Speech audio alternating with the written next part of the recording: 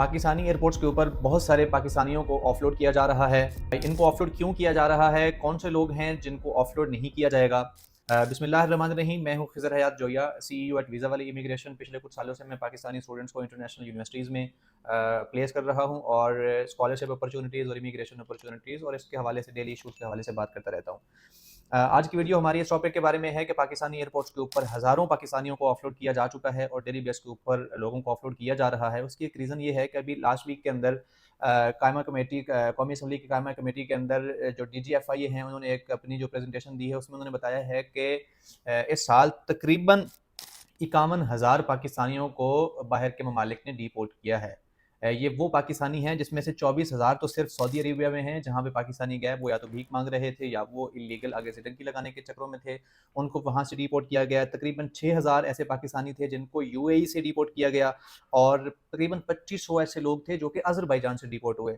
और एक और चीज़ भी इसके अंदर सामने आई कि पाकिस्तान में पिछले एक साल के अंदर 24,000 लोगों ने कंबोडिया के लिए ट्रैवल किया, 12,000 वापस आए, 12,000 वहाँ से मिस हो गए। और इसी तरह से आगे बर्मा से भी ऐसी काफ़ी सारी एग्जांपल्स हैं, और भी ऐसे काफ़ी सारे कंट्रीज़ हैं।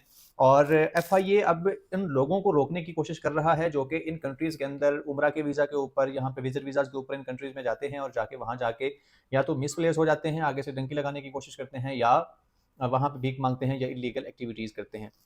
इस हवाले से इन्होंने पाकिस्तानी एयरपोर्ट्स के ऊपर तमाम उन लोगों को भी ऑफलोड करना स्टार्ट कर दिया जिनके पास प्रॉपर वैलिड वीज़ाज़ थे। ज़ाहिर है कि जब एक चीज़ के ऊपर एक क्रैकडाउन होता है तो पाकिस्तान की थोड़ी सी हमारी एक मिसाल भी है कि जब हम किसी चीज़ के ऊपर एक क्रैकडाउन करते हैं तो उसमें कुछ जेन्युइन लोग भी उस ज़ुमरे में आ जाते हैं, वो भी स्ट्रक हो जाते हैं। खैर ये एक अलग टॉपिक है। लेकिन अब कौन से लोग हैं कि जिनको ऑफलोड नहीं किया जाएगा। जब भी आप किसी भी कंट्री का वीज़ा प्रोसेस करवाने लगें, इधर वो विजिट वीज़ा हो, वर्क वीज़ा हो या स्टूडेंट वीज़ा हो, आप हमेशा ऐसा टॉप रैंक कंट्री चूज़ करें जहाँ पे आपको ऑफलोडिंग के इश्यूज़ फेस ना करना पड़े। फॉर एग्जांपल अगर आप यूरोप शेंजन जोन का किसी भी कंट्री का वीज़ा प्रोसेस करवाते हैं, आपके पास वैलिड वीज़ा हो, वैलिड डॉक्यूमेंट्स हों, आपको ऑफलोड नहीं किया जाएगा।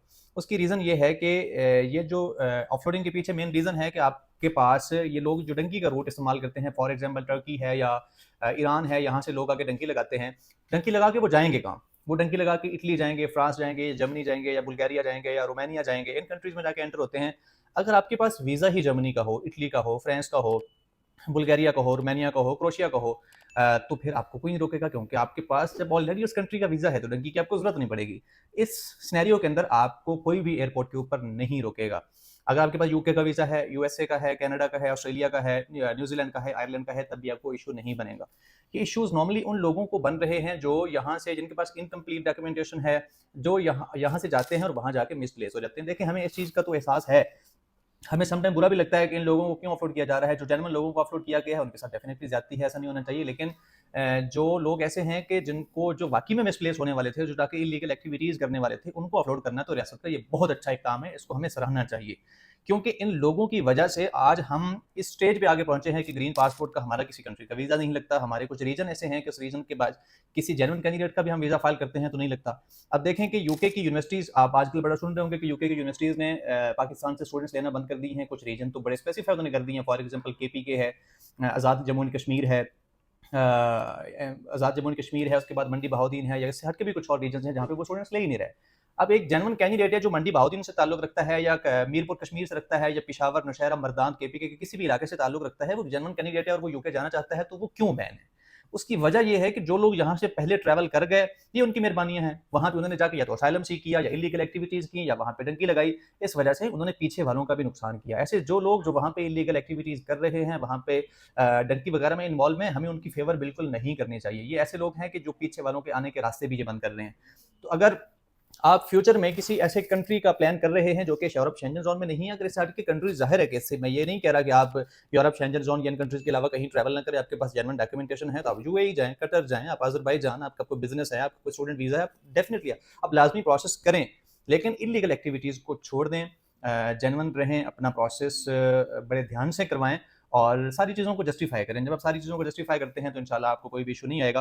वीज़ा वाले इमिग्रेशन, हम स्टूडेंट वीज़ाज़ को लेके काफ़ी सारे कंट्रीज़ में डील कर रहे हैं। इस time we are dealing in more than 15 countries और इसके साथ-साथ हम इमिग्रेशन में भी डील कर रहे हैं, जॉब सीकर वीज़ाज़ में भी और कुछ हेल्थ प्रोफेशनल्स के लिए रेजिडेंट परमिट्स को भी डील करते हैं। वीज़ा वाले इमिग्रेशन के इस टाइम पाकिस्तान में 2 ब्रांचेज़ हैं, एक इस्लामाबाद एंड एक मुल्तान में है।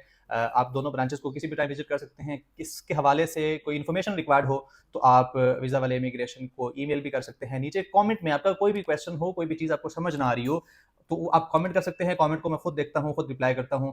तो मज़ीद ऐसी वीडियोज़ के लिए आप इस चैनल को फॉलो कर सकते हैं अगर आपको अच्छी लगी है, और अपने दोस्तों के साथ भी शेयर कर सकते हैं।